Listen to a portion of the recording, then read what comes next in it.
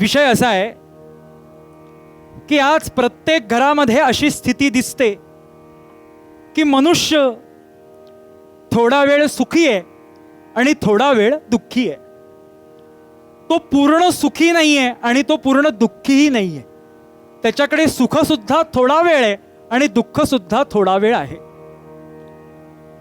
पूर्वजन्मामध्ये आणि आत्ता सुरू असलेल्या जन्मामध्ये त्यानं सत्कर्म केलं आणि त्या सत्कर्माचा परिणाम पुण्य संचय निर्माण झाला आणि पुण्याचा परिणाम सुख प्राप्त झालं.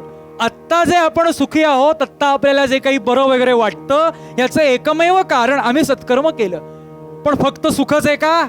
नाही, आपल्याला दुःख सुद्धा आहे. म्हणजे आपण पापकर्म सुद्धा केलेलं आहे आणि त्या पापकर्माचा परिणाम, श्रोते हो, दुष्कर्माचा परिणाम पाप झाला आणि पापाचा परिणाम दुःख उपभोगाला आपल्याला आलं समोर. म्हणून आम्ही जेवढं सुख म्हणून आम्ही आमच्या जीवनात व्यवस्था करू सुखाची, तेवढं दुःख पुढे येऊन उभं राहतं.